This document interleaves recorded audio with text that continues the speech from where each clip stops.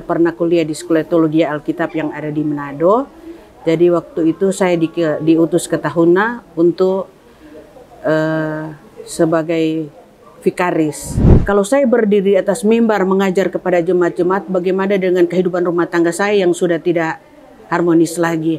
Saya harus memberikan pelajaran kepada anggota jemaat begini dan begitu, benar dan salah, sedangkan rumah tangga saya dalam keadaan begitu. Dan tiap kali saya tidur, saya sudah mulai ada bisikan-bisikan yang mana di Muslim itu adalah agama yang lebih baik.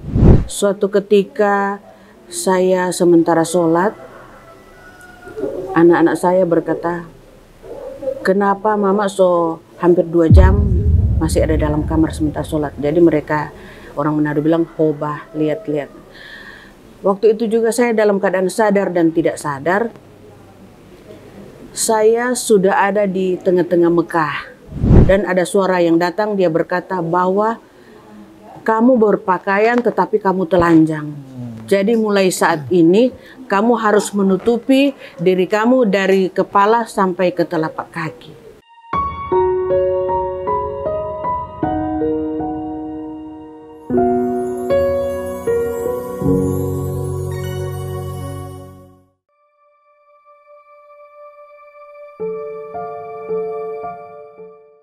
Assalamualaikum warahmatullahi wabarakatuh. Alhamdulillahirrahmanirrahim. Sahabat wakaf dimanapun Anda berada, alhamdulillah sekarang saya sedang berada di Pulau Sangihe, tepatnya berada di Kecamatan Tahuna.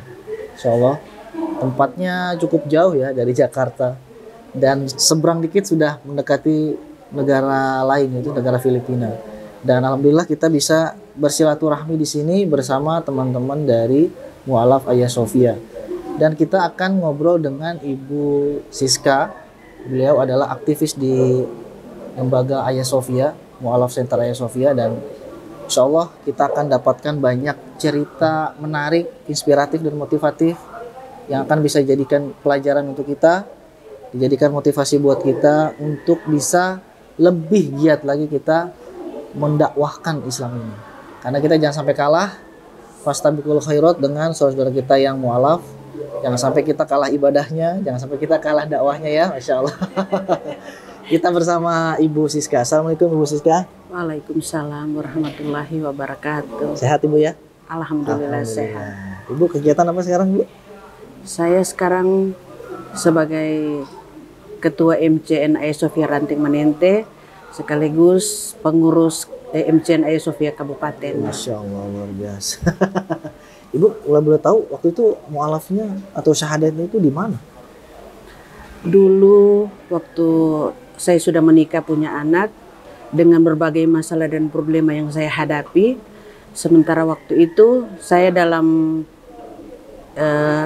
tahap ujian karena saya sebagai pernah kuliah di Sekolah Teologi Alkitab yang ada di Manado.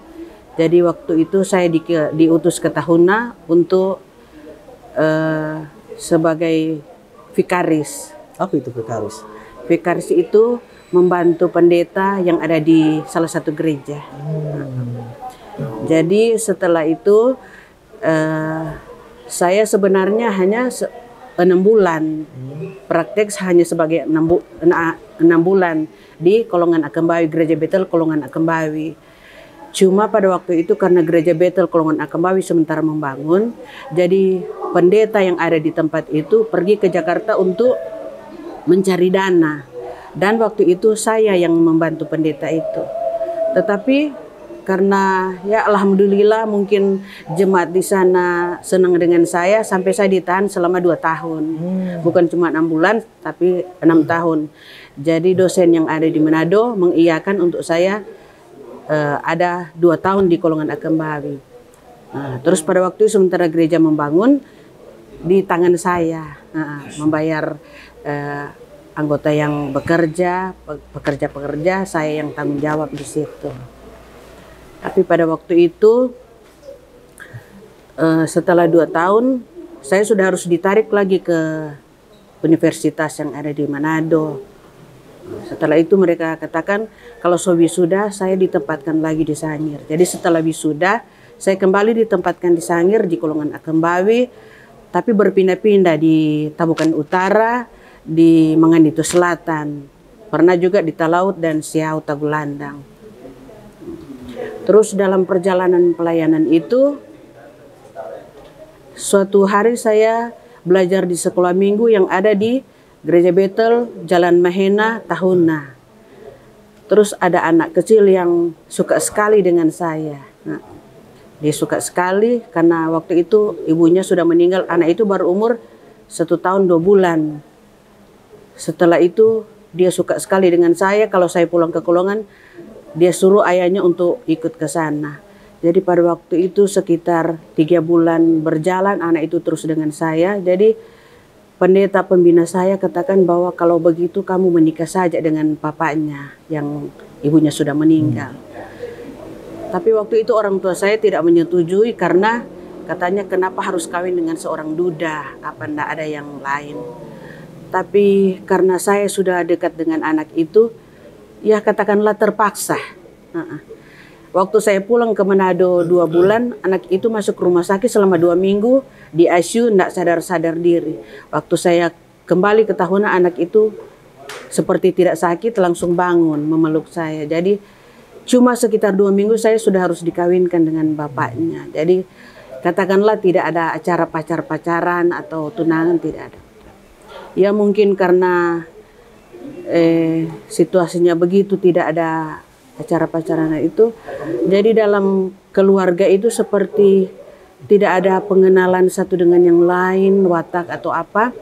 Jadi dalam rumah tangga saya itu ada teman-teman saya yang mengetahui, sepertinya saya menjalankannya dengan secara terpaksa.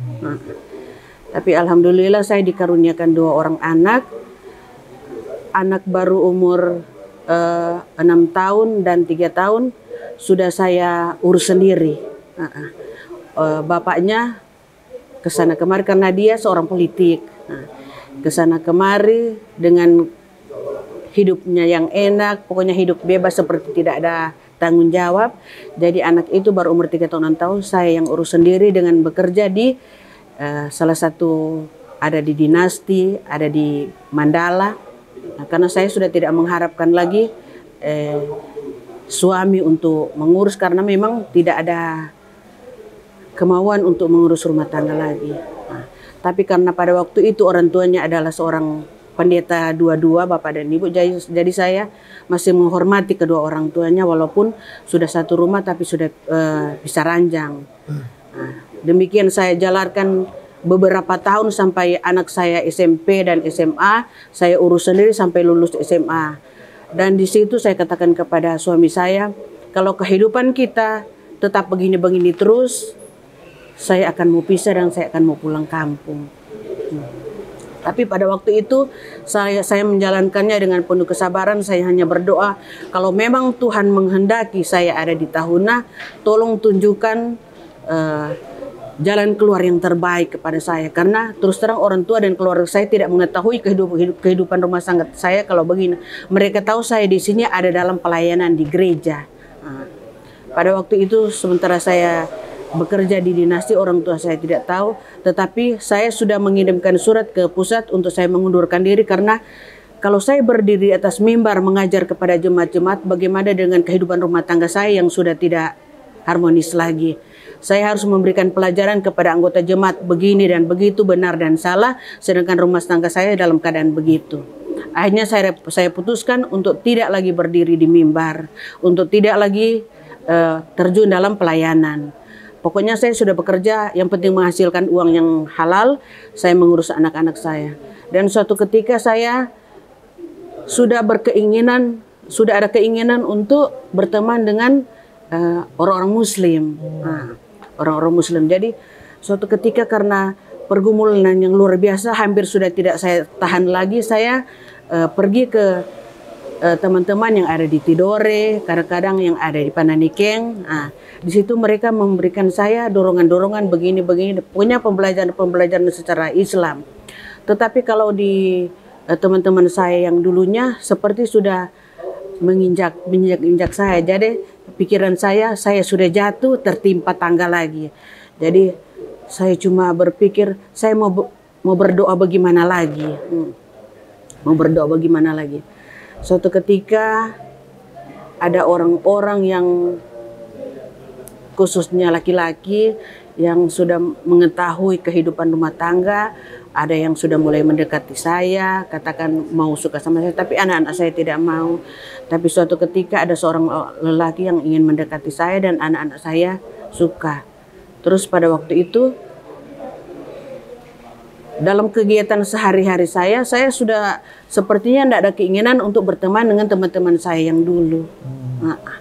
Juga ada teman-teman pendeta yang lain sudah mulai menghina saya begini begitu karena mereka sudah lihat saya sudah mulai mendekatkan diri kepada teman-teman Muslim.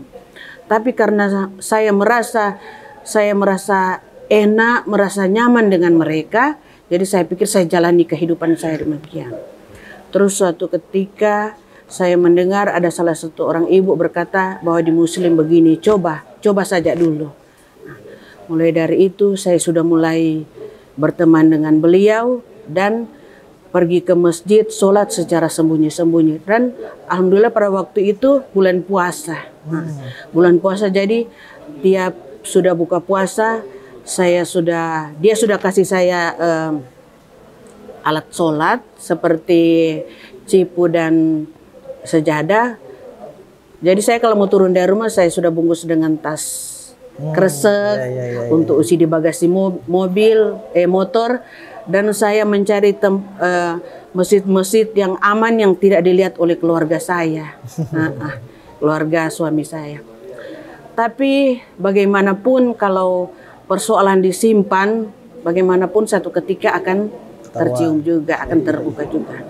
Suatu ketika karena saya sudah mulai mendengar ceramah-ceramah dari ustadz-ustadz yang ada di masjid. Pada waktu itu saya di Masjid Patimura.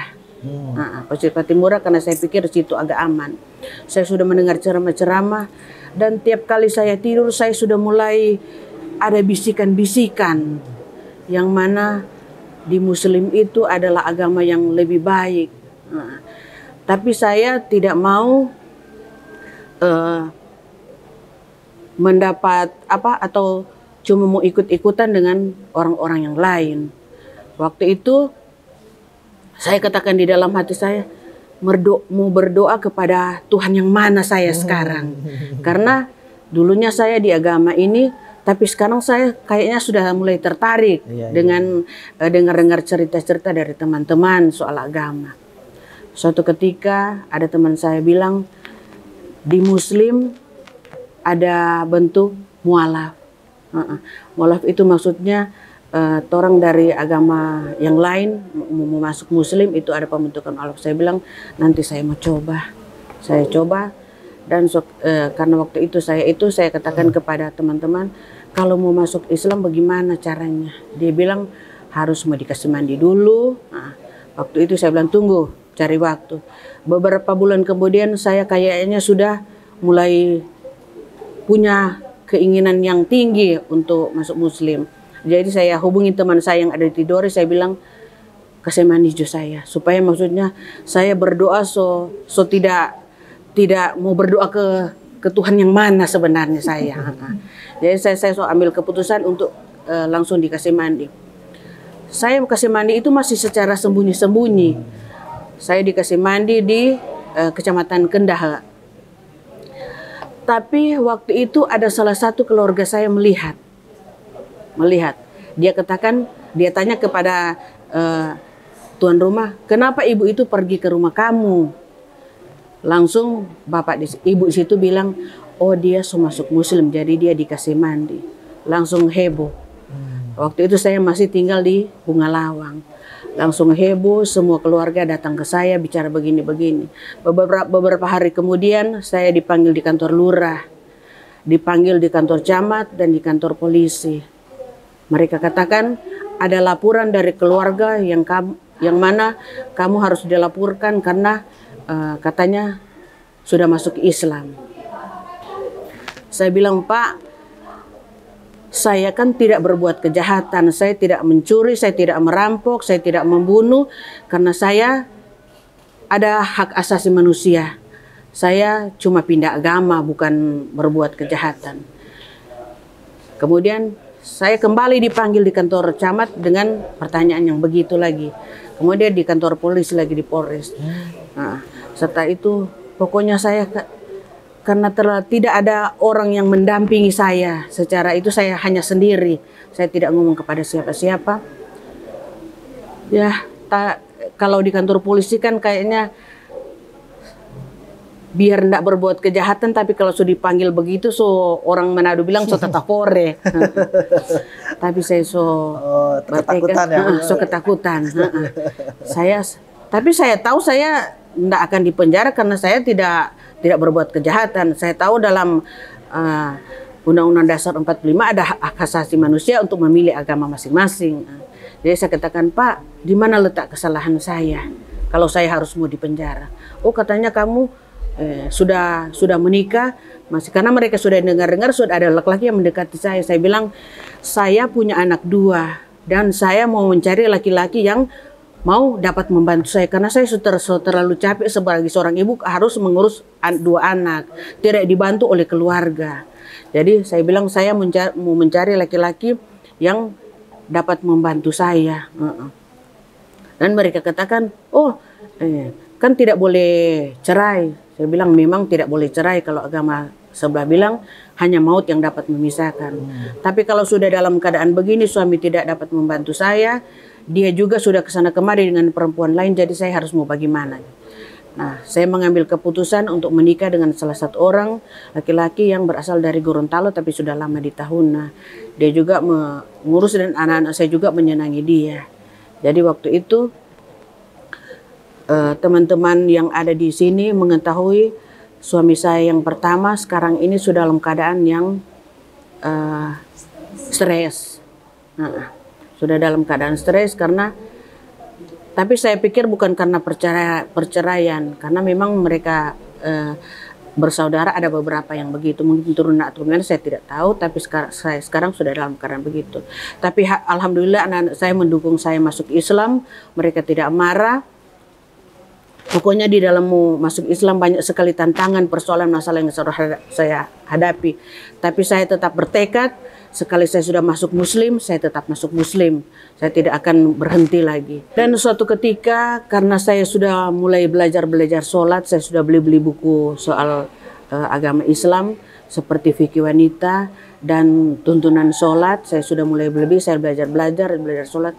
Suatu ketika saya sementara sholat, anak-anak saya berkata, kenapa mama hampir 2 jam masih ada dalam kamar sementara sholat? Jadi mereka, orang Manado bilang, hobah, lihat-lihat. Waktu itu juga saya dalam keadaan sadar dan tidak sadar, saya sudah ada di tengah-tengah Mekah. Sudah ada di tengah-tengah Mekah, padahal saya belum pernah melihat sama sekali Mekah bagaimana. Cuma di televisi kalau ada orang ke Mekah. Saya ada di tengah-tengah Mekah dengan memakai celana jeans dan kaos tangan panjang yang agak ketat. Saya pikir-pikir kenapa saya ada di Mekah sedangkan saya belum pernah ke Mekah. Dan biasanya kalau di Mekah itu kan orang pakai putih, perempuan pakai jilbab. Tetapi saya karena rambut saya panjang, rambut terbang-terbang ke sana kemari. Saya pakai kaos ketat, celana jeans. Tetapi mohon maaf, saya pakai celana jeans, kaos ketat, katakanlah berpakaian. Tetapi kemaluan saya sebagai seorang perempuan kelihatan semua. Jadi saya dalam keadaan telanjang. Setelah sholat sudah 2 jam lebih, saya berpikir, ya Allah, saya mau bertanya kepada siapa soal ini. Beberapa jam kemudian saya sholat lagi, saya bilang, ya Allah, saya tidak mau bertanya kepada siapa-siapa. Apa arti dari, kayaknya seperti penglihatan yang saya lihat. Nah, seperti saya sadar dan tidak sadar, apa artinya? Saya tidak mau bertanya kepada siapapun. Dan ada suara yang datang, dia berkata bahwa kamu berpakaian tetapi kamu telanjang.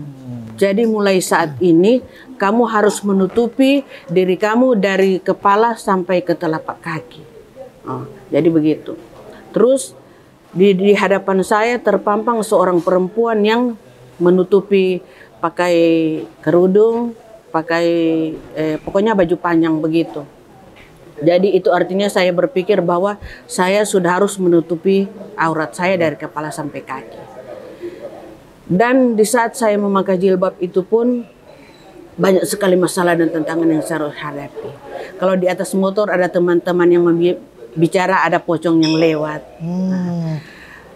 Hampir 1 tahun saya sembunyi kepada keluarga yang ada di Minahasa soal saya masuk Islam.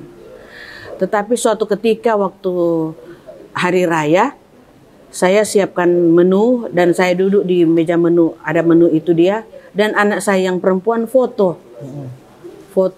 Terus dia bilang, "Ma, tanpa kita sadar so terupload di FB." Begitu dia bilang. Nah, jadi orang tua dan keluarga-keluarga di Minahasa kaget. Lihat saya di FB, kenapa saya berpakaian seperti itu? Pakai kerudung gitu pakai ya? kerudung, pakai. Mereka marah. Dan akhirnya semua berkata putus hubungan dengan saya, putus hubungan darah.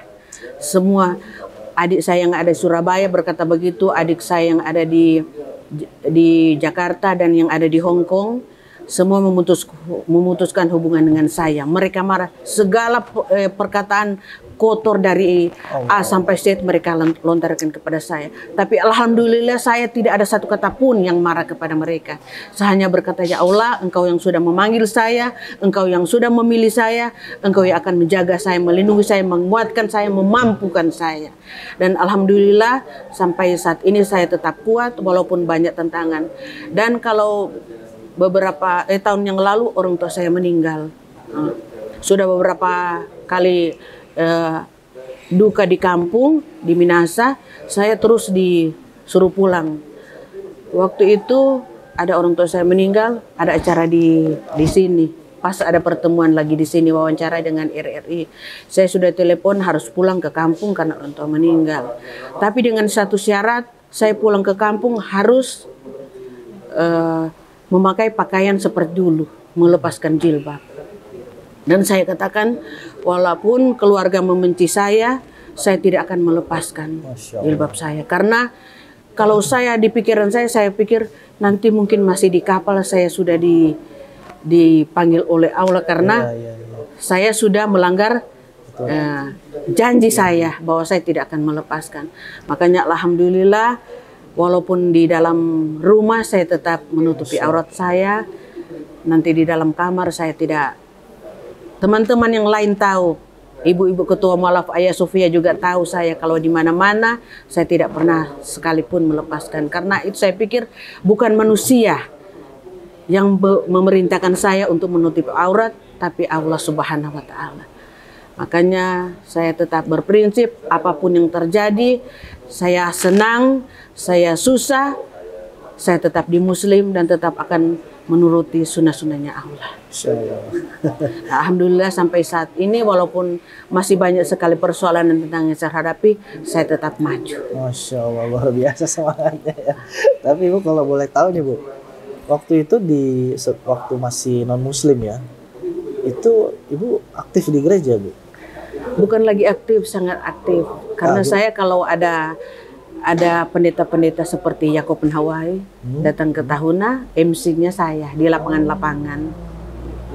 Kegiatannya apa waktu itu Bu? Kebangunan rohani. Apa itu, pembinaan atau apa? Seperti kalau di Muslim itu takbik akbar begitu. Iya. Jadi ada pendeta datang ke suatu tempat, dia ngisi pendeta-pendeta yang besar-besar, dan mengundang semua jemaat yang ada di Sangihe begitu, bikin di lapangan terbuka. Ibu jadi MC-nya, panitianya juga termasuk berarti ya? Iya. Tapi kalau untuk kegiatan selain itu ada lagi waktu di non Muslim? Kalau selain itu, karena waktu itu saya itu khotbah di gereja-gereja pindah-pindah tiap hari Minggu. Tiap hari Minggu juga kalau hari-hari biasa ada kegiatan-kegiatan seperti kaum ibu, remaja begitu. Saya biasanya khotbah di sini. Khotbah ya? Iya. Berarti kalau sebutannya kalau pengkhotbah gitu apa itu? Pengkhotbah ya? Iya, karena waktu itu kan saya sudah habis kuliah, jadi sudah ditempatkan di Kolongan sebagai pendeta pembantu. Oh, pendeta pembantu. Tinggal 1 tahun lagi saya harus kuliah di Jakarta sebagai pendeta penuh yang sudah ditempatkan di salah satu gereja. Oh, apa istilahnya itu pendeta pembantu ya? Iya. Bukan asisten pendeta gitu, bukan ya? Bukan. Beda lagi ya. Terus dari keluarga waktu itu pas tahu ibu masuk Islam, dari keluarga besar ya, terutama itu ada nggak tantangannya, halangannya, atau misalkan resistensinya? Wah, ini masuk Islam nih. Kalau yang saya dengar banyak dari mualaf itu kan, tadi kan ibu bilang diusir gitu kan. Ada perlakuan lain nggak selain diusir gitu? Atau dicaci maki selain itu? Iya, karena saya ini kan nggak bisa pulang ke kampung sekarang, masih nggak bisa pulang. Sampai sekarang masih belum bisa. Tapi alhamdulillah kalau adik-adik mulai ada yang WA, MCSK, jaga kesehatan ya, begitu. Tapi kalau ibu masih ada? Sudah meninggal. Bapak juga sudah ya? Oh, berarti tinggal adik sama kakak aja. Iya. Pak saya juga yang paling tua. Jadi adik-adik. Oh, adik-adik ya? Oh iya. Berarti ibu yang paling tua ya? Iya. Berarti sekarang tinggal di sini sama suami? Iya. Sama anak 2. Sama anak juga. Suami yang kedua. Muslim. Oh, yang sebelumnya karena ibu masuk Islam terus di ini. Sudah tapi bisa secara baik-baik. Oh, itu bisanya pas ibu udah masuk Islam atau belum? Sudah. Oh, sudah masuk Islam. Saya masuk Islam masih belum cerai, tapi sudah sekitar 13 tahun pisah. 13 tapi tahun tidak pisah. Kalau di agama sebelah kan mau cerai agak susah. Oh. Oh, berarti selama 13 tahun. Biar 50 tahun tidak dikasih nafkah, mereka mau agar supaya berbalik lagi. Oh. Kalau di Muslim kan sudah 3 bulan tidak dikasih nafkah kan sudah itu, tapi kalau di Kristen enggak. Biar 50 tahun tidak dikasih nafkah enggak jadi masalah. Ya Allah. Malah mereka menginginkan untuk tetap katakanlah berbalik lagi. Oh, alasannya itu ya. Walaupun nggak dikasih nafkah gitu. Iya. Apalagi punya anak. Ya Allah. Itu kasihan ininya ya. Istrinya ya, perempuannya ya. Makanya tidak harus banting tulang. Double sebagai bapak dan ibu. Berarti waktu itu apa sih? Bisa katakan single parent lah ya waktu itu ya.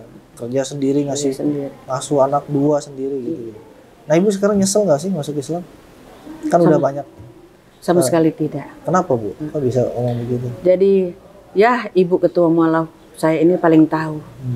Tantangan saya sekarang ini bukan lagi orang Kristen tapi orang Muslim asli. Kenapa, Bu? Yang mengatakan bahwa masa baru Muslim kemarin sudah bikin organisasi inilah itulah kayak sok-sokan, tapi kita bilang saya bukan untuk siapa-siapa tapi untuk dakwah. Jadi saya walaupun tantangan dari orang Muslim asli, saya tetap maju. Masya Allah.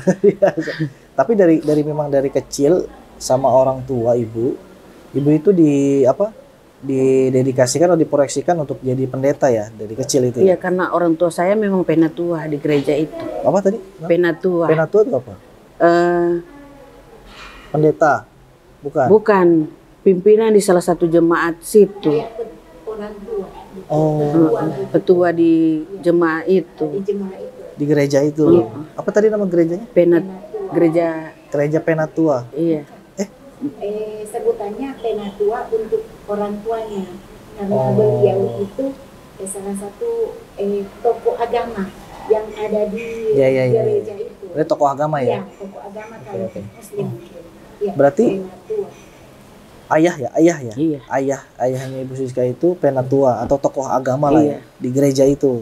Gerejanya namanya apa? Gereja Betel. Gereja Betel di Tahuna ini ya? Di Minahasa. Oh, di Minahasa, maaf di Minahasa. Nah, tadi kan ada banyak orang yang katakanlah meremehkan ibu untuk bisa mendakwahkan Islam ini melalui lembaga-lembaga organisasi yaitu Hagia Sophia ini. Nah, kalau boleh tahu ini Hagia Sophia ini yang ada ibunya nih, ibu di dalamnya itu apa, Bu? Lembaga mualaf kah? Atau kegiatannya apa, programnya apa kalau boleh tahu? Hagia Sophia ini adalah salah satu yayasan.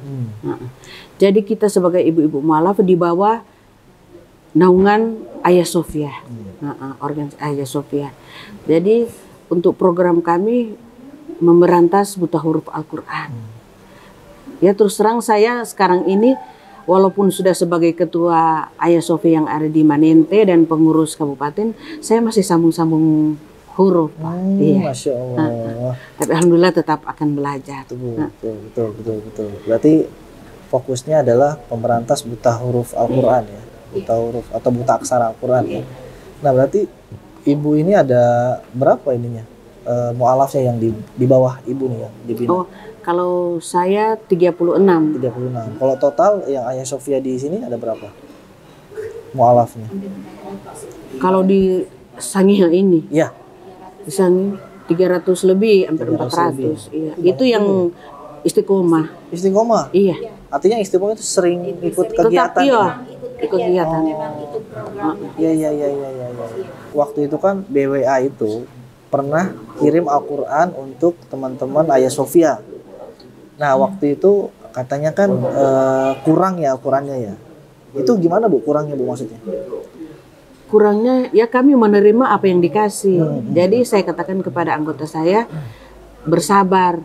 Jadi siapa yang saya kasih itu aja dulu, nanti bersabar. Insya Allah masih ada rezeki lain nanti mau dikasih.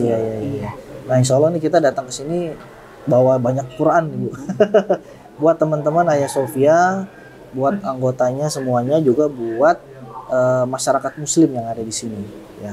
Nah kalau pertanyaan saya gini, Al-Quran wakaf ini itu sangat bermanfaat atau membantu nggak sih buat saudara kita di sini?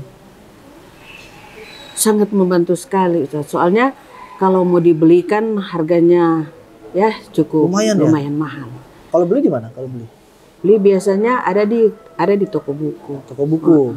Pernah saya beli 80.000. Itu yang terjemah? Iya, ada terjemahannya. Karena biasanya karena kita mualaf, jadi suka beli yang ada terjemahannya. 80.000 itu udah lumayan segitu ya? Ya Allah. Udah, karena kan ini kan pulaunya jauh ya. Berarti kalau belanja di pulau Sangihe ini harus dari Manado berarti ya? Oh iya. Sebenarnya di bawah pimpinan saya waktu pertemuan itu, karena baru beberapa bulan ya Bu, yang Manente itu kan baru dilantik berapa bulan yang lalu, belum sebulan, ya. Jadi sebenarnya 63, cuma yang istiqomah itu 36 karena saya hanya mencatat anggota yang istiqomah.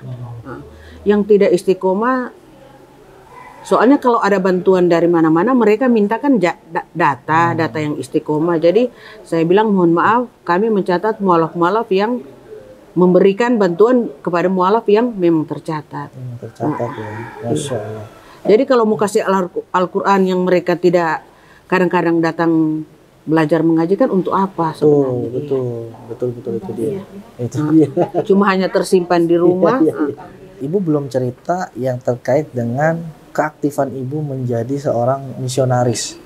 Karena kan saya dengar juga ibu pernah memurtadkan beberapa orang-orang Muslim. Nah saya pengen tahu juga nih cerita yang itu tuh gimana Bu? Ya dulu ada program dari pusat bahwa sebulan sekali kami mengadakan penginjilan ke pelosok-pelosok, khususnya mayoritas Muslim. Nah, jadi di sana bikin KKR atau kebaktian kebangunan rohani. Jadi mengumpulkan semua anggota-anggota, bukan saja hanya sebagai Kristen, tapi yang Muslim juga diajak siapa yang mau ikut. Dan waktu itu penginjilan pernah di Talaut dan juga di pulau-pulau.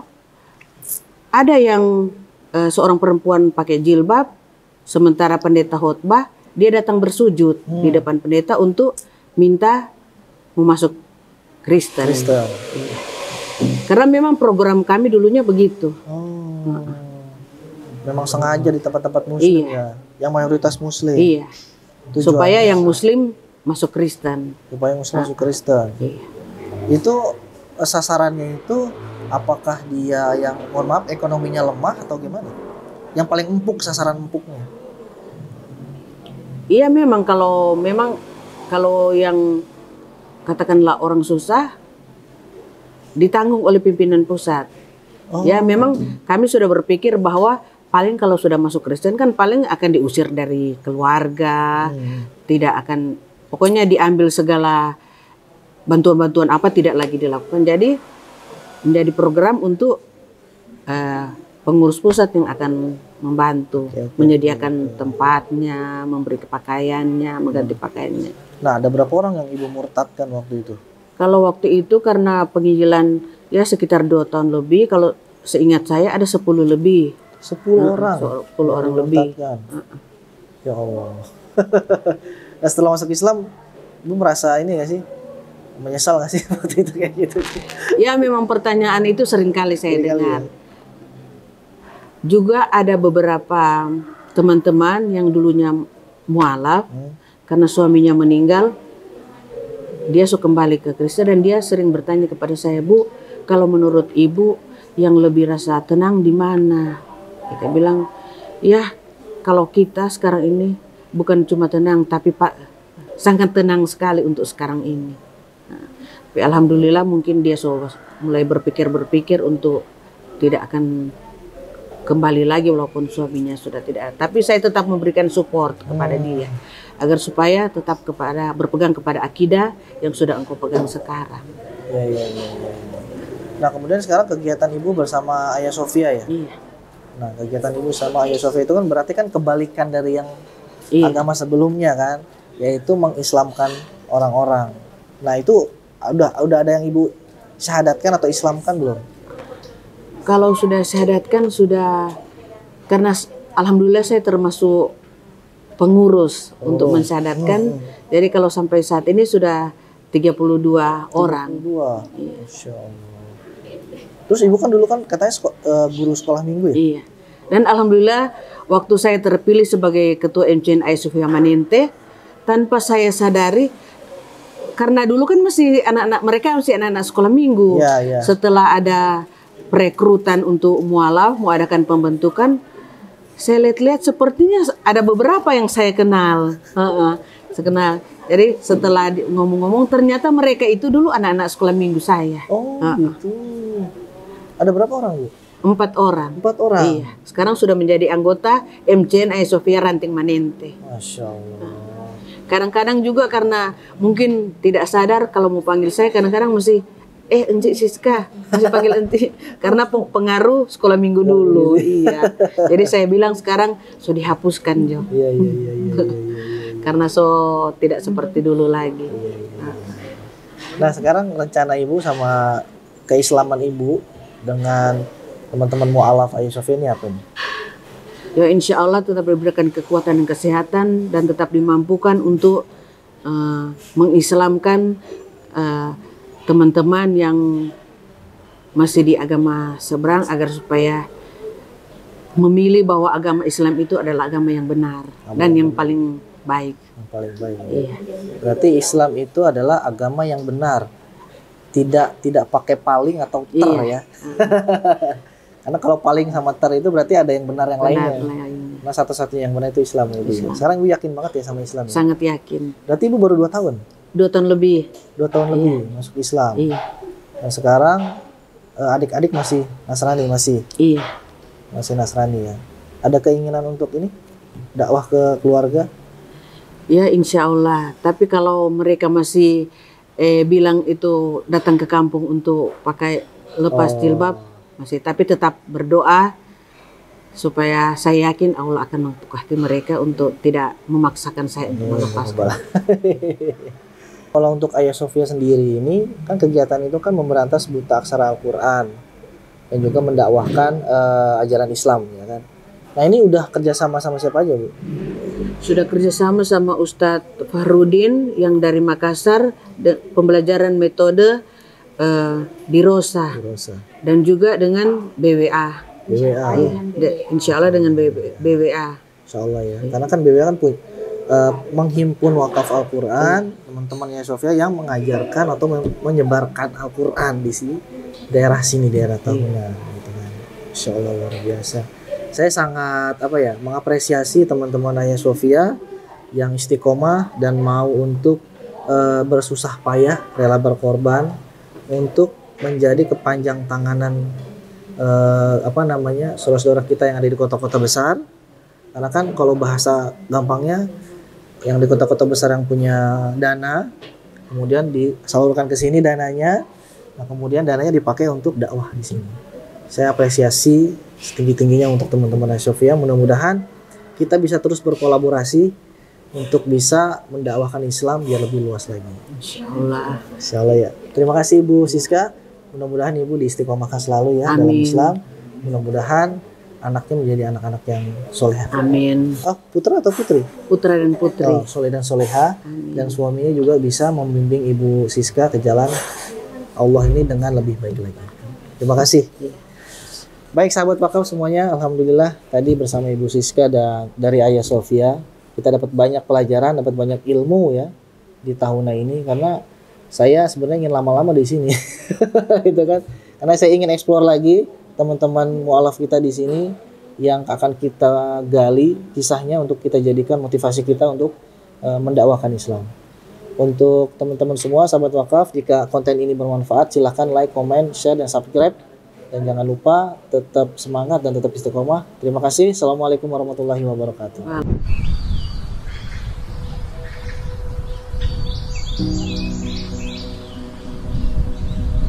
Jadi Talawid Kampung Pesantren ini terletak di Kecamatan Kendahe, kurang lebih dari pusat kota Tahuna 30 menit, di sebelah utara kota Tahuna. Dan 100% di Kampung Talawid ini Muslim, sehingga itulah kenapa sampai dijadikan Talawid Kampung Pesantren, karena 100% Muslim. Setelah dijadikan Talawid ini kampung pesantren, minat anak-anak, bapak-bapak, ibu-ibu, mualaf-mualafah untuk mendalami Islam, dan salah satunya untuk mengetahui huruf hijaiyah lewat Iqra dan Quran itu sangat meningkat, sehingga sangat penting Al-Quran untuk diberikan kepada anak-anak dan juga bapak-bapak yang ada di Talawid kampung pesantren.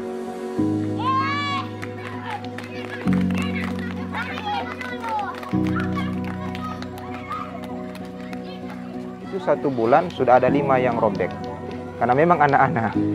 Jadi entah karena semangatnya atau semangat bermainnya, jadi memang butuh dibantu Iqra dan juga Al-Quran karena dengan alasan tadi.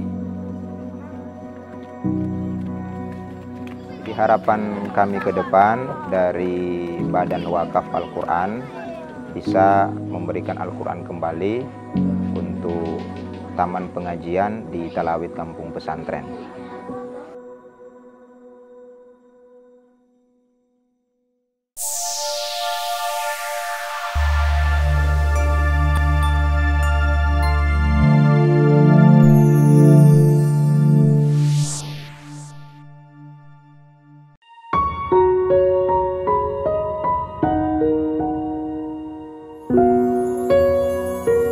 Thank you.